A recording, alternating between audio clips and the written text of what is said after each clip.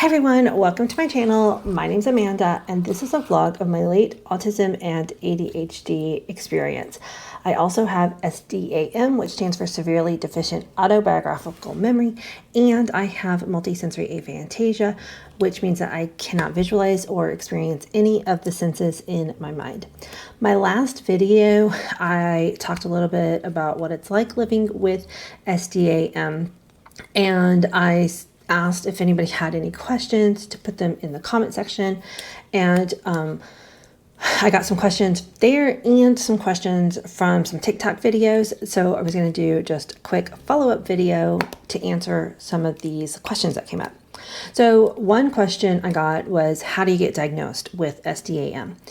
And so for full transparency, I am medically diagnosed with autism and ADHD, and I am self-diagnosed SDAM and aphantasia.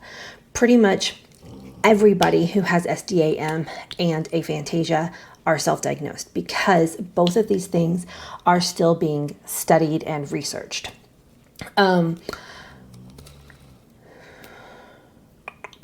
Oh, and I kind of linked them together because they do have a very high co-occurring rate. Not everybody with SDAM is going to have aphantasia and vice versa, but there is a really big overlap, which makes sense because if you don't experience any of the senses in your mind, a lot of times senses are tied to memories, which was one of the questions that I got, was if I am around a scent or what was it? A sound, will that help trigger a memory? So again, I don't have autobiographical memories. I don't have, what that means is like, I don't remember the events, the experiences of my memories. I just have semantic memory, which is like facts about things that happened. So because I don't have the experience, like putting myself back into the memory, and being able to relive it, is how I've heard most people talk about. For me, smells and sounds don't trigger a memory because they're not there in the memory themselves. Now, there are times where I will smell something and it does remind me of a location. So for instance, there is a certain musty smell that I'll come across in like old houses sometimes, and that will remind me of Girl Scout camp, the location, but it doesn't remind me of any like specific event or memory or like anything specific about that location. And same thing, like if I hear a seagull, that particular sound might trigger me to think about the beach, but I'm not going to be remembering a specific event at the beach. Like it doesn't trigger a specific memory. It might just kind of like, oh yeah, that reminds me of being at the beach. But I was going to circle back around to, again, I have ADHD, so the tangents, so you just got to follow along. My bangs are bothering me today. The research and the diagnosis. So SDAM got a name put to it in 2015, but in 2006, this lady named Susie McKinnon was trying to figure out what was going on with her memory, and so she sent a letter to a neuroscientist named Brian Levine, to kind of like, hey, can you help me figure out what's going on? I don't remember my childhood. I don't remember, anything about my life. And so he worked with her, and I don't know the whole story, but eventually he realized that there are other people who experience memory the same way that Susie did, and he coined the term severely deficient autobiographical memory. There's also people who have hypermemories, and that one's called hyperthymesia, but I've also heard it called so hyperthymesia is if you just have like a really good all-around memory, but there are people who have the exact opposite of SDAM, where their autobiographical memory is even like particularly strong. And so even we're severely deficient, they are hyper hold on, I forgot. Highly superior autobiographical memory, HSAM. So, brain memory spectrum, just like autism has a brain spectrum, right? So the reason why I'm self-diagnosed is because it's still being researched and it's not in any diagnostic manuals. But Brian Levine and many other researchers who have now worked with him or independently have been publishing research papers. There's also some Facebook groups where people with SDAM will kind of get together and we will share like our experiences and the way that we experience autobiographical memory or lack of is so very similar.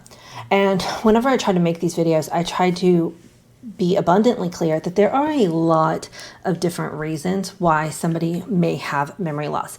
Sometimes it can be nutritional. Sometimes it can be trauma related. I am not a doctor and I'm not asking you to diagnose yourself from this video, but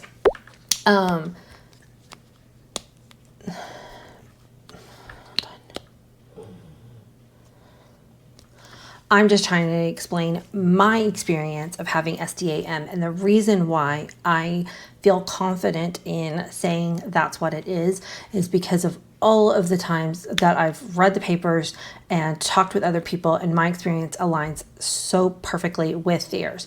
If at some future point it is in a diagnostic manual and I'm able to get an official diagnosis, then that would be awesome, but it's just not available right now. There is an online test and, I did that and took it and yeah, SDAM. And the fact that it co-occurs with aphantasia so often, and I have full aphantasia. Like some people with aphantasia only have the visual component. They can hear sound in their head or the other senses, but I don't experience any of the senses in my mind. Okay, so diagnosed. Another question I got is, do I dream? And this one usually gets asked with aphantasia, but also I could see it relating to having memory problems because a lot of times people's dreams are like of experiences that they had, which I found kind of interesting when I thought about it in that light. I do dream. I don't remember my dreams very often. But when I dream, I don't necessarily always know or remember if I have visuals, but I can visualize in my dreams.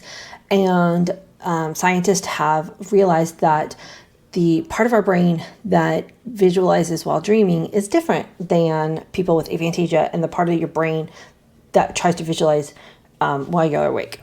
So it has been really cool. I have a full video on a dream talking about dreaming and aphantasia. But I will get like a really super vivid image. It's extremely cool, but it's like in that time between sleep and awake, as soon as I become aware of the fact that I'm seeing an image, I wake up and it's gone. It just like poofs out of existence. And no matter how hard I sit there and try to get it back, it's gone once I'm awake. So I've only been aware of it in like that like split second of time. And I wish I could like hold on to it. But as far as dreaming about past experiences, I don't think that I do that. This is something that nobody's asked me that question. And I'm like, I'm gonna have to like try to pay attention. Most of the time when I do remember my dreams, they are just like random weird things that may or may not have to do with things that are currently going on in my life. Like, that if I'm stressed about something and how it gets incorporated into a dream, that's typically what I remember about dreams. But I'm going to have to, I don't think I remember a dream about my past at all. Like I'm going to pay attention to that one now. But as of right now, I don't think I do. Okay. Oh, and then somebody asked me if I'm being really hypervigilant, will that help my recall later? And I've actually tried to test this out. And it will help my semantic memory if I'm being hypervigilant. Hypervigilance. I hope I'm saying that right. Yes, in the comments, you can go ahead and put it down correctly. That is part of having aphantasia. I have to use muscle memory to work on how to say a new word correctly.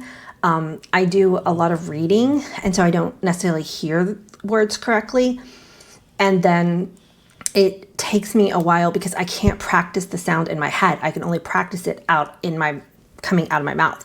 It's like recently when I was trying to learn how to say proprioception, I would have to say it just in my room by myself over and over and over until proprioception would roll off the tongue because I can't practice it just silently in my head.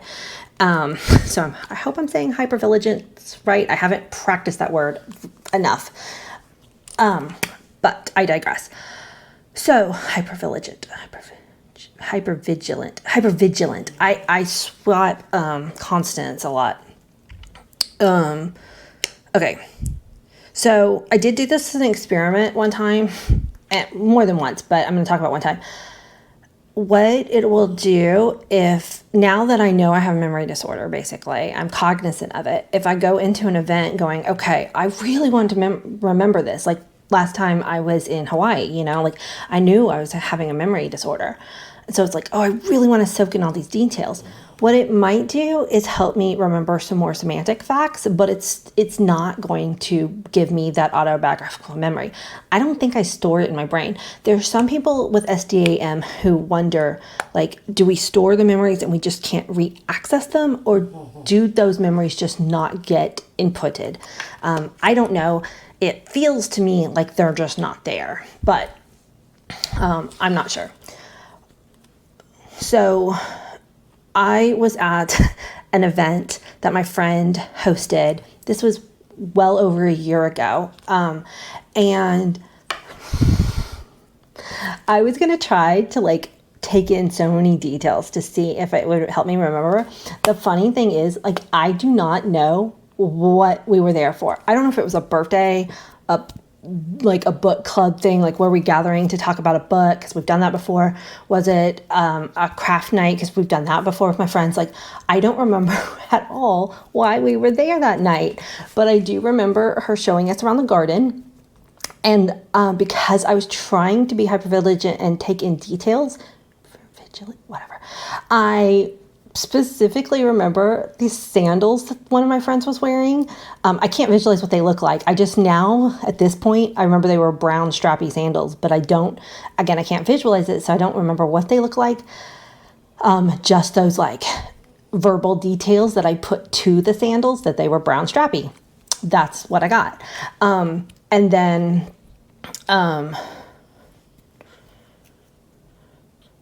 then this one friend had unusual jewelry. But again, because I can't visualize, I have the vocabulary words that she had unusual jewelry. But I don't remember what the jewelry looked like at all. I don't remember if we had food at the event. I don't remember why we were gathering together. So I guess I wasn't super hyper vigilant. And the more time that goes on, the more semantic facts I lose from something like that. But I just think it's really funny because I know I was trying to experiment. I'm like, oh, I'm going to pay attention to everything. I'm going to soak things in. But what that does, it takes away from living in the moment, because here I am trying to focus on all these details and pay attention to her strappy shoes, while somebody over here is telling a story and my brain is now focused on her shoes and not being in the moment. So it's not a great suggestion, honestly. But it does lead to another question where somebody's asking me, have I ever been worried about needing to talk to a police officer about being a witness to a crime or something? And absolutely. Before I had SDAM, that was such a big fear. Before I knew I had a name for it, that was such a big fear of mine. And before I had a name for aphantasia, I didn't even know that other people could visualize. I thought it was all metaphors, and I used to be in awe of sketch artists. I'm like, how do they get this information out of people? Like, I thought the sketch artists just were really good at asking questions, because like, I wouldn't be able to describe somebody that I had witnessed from a crime. And I've heard some people say, like, when you're in that adrenaline, you're paying attention to the details. And I'm like, oh, that must be it. That must be the answer. Because I couldn't think of any other reason. Now I realize, no, I can't visualize a face. And if a police officer would come up to me and be like, I need you to describe this potential, like, criminal or whatever, I at least now have a vocabulary to tell the police officer, I have aphantasia, I cannot visualize, I'm not going to be a reliable witness. Matter of fact, just a couple weeks ago, we were pulling up to my kid's driver's ed, and in the parking lot right in front of me, there was an accident that happened. A car ran into the building, and which was really ironic, happening in front of the driver's school. It wasn't related to the driver's school. It was just really kind of funny. Nobody was hurt. So that's why I'm like, it is kind of funny. But on the way home, I was telling the story to my husband, and I'm like, wait, it was an SUV, but it was a dark SUV. But I was like, was it black? Was it dark blue? I don't know. Like, how many people, like, I couldn't revisualize the scenes. I couldn't even describe what had happened right there in front of me. So absolutely, having both SDAM and aphantasia has made me like, I would be a completely unreliable witness. Just don't count on me. Even with having semantic memory and, like, knowing certain facts about things, like, I wouldn't consider it reliable information.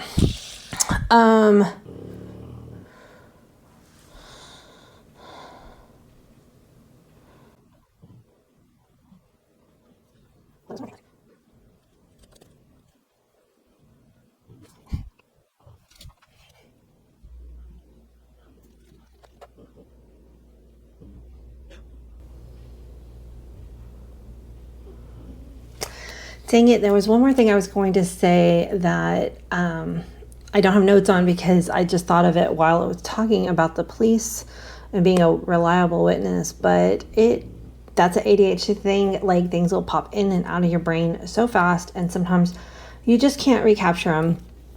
If I remember it while I'm editing, I will maybe try to pop on and put another segment in here. Hey guys, it's Amanda. A couple days later, I am now editing that video. I often film, edit, and upload in the same day, but this week I filmed a video a couple days ago, and I'm now editing and about to upload. But I did remember what I was going to say, and it was along the lines of being an unreliable witness to crime. I've also wondered my entire life how people were able to write autobiographies. Like, it just blew my mind that people could write an autobiography. I was like, how is this even possible? And then once I learned that I have a memory disorder, that means that I don't hold autobiographical memories in my brain, it made so much more sense. But before I want to wrap up, I do want to do two things. One is, I've gotten a lot more comments recently about people asking, is that your dog snoring in the background? So I'm going to show you for people who are new. There's my pug, Watson. Hey, Watson. Hey, good boy. Okay, he's sleeping hard, but he stays in this little squishmallow. Quite often when I am filming, I don't think that my new mic picks it up as much as my old one, but I just wanted y'all to see Watson, say hi to him. And then the other thing is, I occasionally will tell y'all about the fidget that I use in a particular video. This one is just your basic pop-it spinner. I have on my Amazon storefront, my favorite fidgets are listed. So if you ever see one in a video and you want to buy it, they are linked in my Amazon storefront. But I have to show you my new absolute favorite one, which I cannot use on video because I do like, I know this one probably might be picked up on the mic a little bit, but it's fairly quiet. This is my new favorite fidget. It's a really hard silicone, and it is not one to use around people because it's satisfying when you're doing it, but other people who would listen to it in your household would probably like just want to throw it out the window. But it's these two little silicone suction cups, and you squeeze it together, and the way it feels is very satisfying if you like it. Like, fidgets are very personal. People are either going to hate it or they're going to absolutely love it. There's no in between kind of thing. But the way this feels and the way it sounds is so satisfying to me. And I like to try to do it in slow motion sometimes, and then sometimes I'll do it really fast. I don't know if it's food grade silicone. That might be worth looking at because it does feel like it would be satisfying for people who are chewer type fidget ones because the type of silicone it is. I'm not a mouth fidget person, so that wasn't a concern for me, but I love this one. It's my latest new one that I got, and so it is in my Amazon storefront. So I just wanted to share it with you, but I can't use this one obviously on video, or everybody would click off the video and I wouldn't blame them. Like, even on this Pop It one, I try not to make the Pop-Its loud because you can. I try to do it like where I'm putting them in and out, but it's doing it like quietly. And I try not to spin it too much. But just having something in my hand just helps my brain go. Again, if you have any more questions, drop them down below. I will be glad to either answer them in the comment, or if I get enough of them, make another video. And until the next one, guys, or unless I remember what I was going to say and then I have a clip. We'll see. Bye.